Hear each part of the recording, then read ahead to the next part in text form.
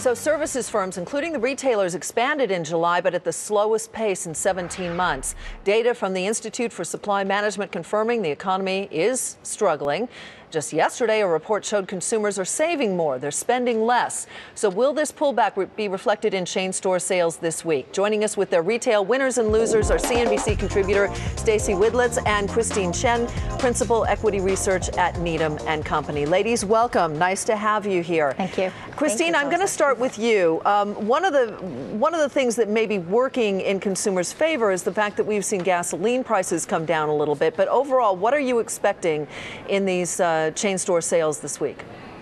Well, the gas price pullback certainly has helped, and like it or not, Mother Nature has helped. It's been very hot in most of the country, and to seek refuge from the heat, consumers have gone to the malls for the air conditioning, and while they're at the mall, they've picked up tanks, t-shirts, shorts, and skirts. Stacey, do you agree? And are you expecting a relatively steady or perhaps even favorable report? For the most part, yes. I think tomorrow numbers will be pretty good. Again, it's been record heat, so certainly that inspired some shoppers to come in. But you also have to remember, even though gas prices have come in, food inflation is a huge pressure on the consumer. And I think going forward, price increases in the second half of the year because of higher input costs are really going to pressure a lot of retails and the consumer. Christine, you say people are hot, so they're going to stores to buy. How is back to school selling shaping up, and who's winning and who's not? Well, back to school set in most stores middle of July, and the retailers have gotten smarter. They know it's still summer, and so everything's very weird now. From what we've seen, Abercrombie & Fitch clearly seems to be the dominant winner here. They've got the best looking tops, they've got the best looking skirts, and they've got the best looking dresses, and they're running 50% off denim. So the kids are really excited about that, and they're buying. Stacey, how worried are you about generally the economic data that we've gotten recently, and whether or not we're going to face a second recession? What would that mean to the retailers? Sure. I think, again, the consumer has a lot of pressures coming at them, but I think you can pick your spots here.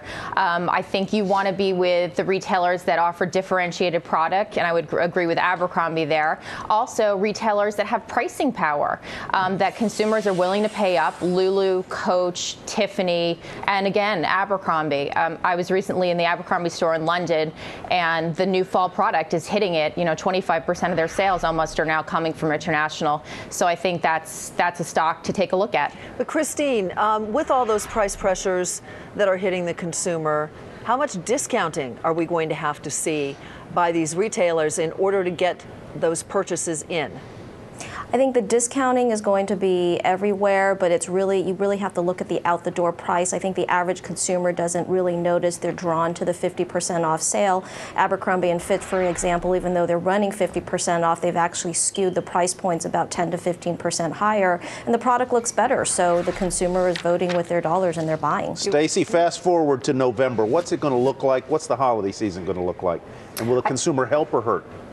I think the consumer, again, will be under a lot of pressure during the holiday season. I think you'll see a lot of promotions. And again, that's why you want to go with the full price guys or the retailers that have the pricing power to pass on these increases. And also, I think since the middle tier consumer retailers will be under pressure, you might want to take a look at TJX or Ross stores because they benefit in this environment. They get more inventory, more designer labels, and the consumer looks for value there. To each of you, which retailers would you either dump or stay away from? Christine, you first. Well, we continue to think that Gap has challenges. They seem to be on sale all the time, and it's losing the impact on the consumer. The product really isn't differentiated enough, and they don't really have the ability to pass on any costs. I mean, I would agree that you need to stick with the luxury guys like Coach or Ralph Lauren or even premium denim maker True Religion. Stacey, who would you stay away from?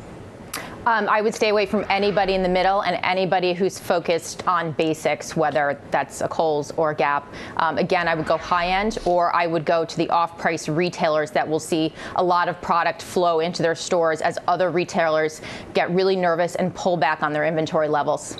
Ladies, thank you very much. Appreciate it. Thank you.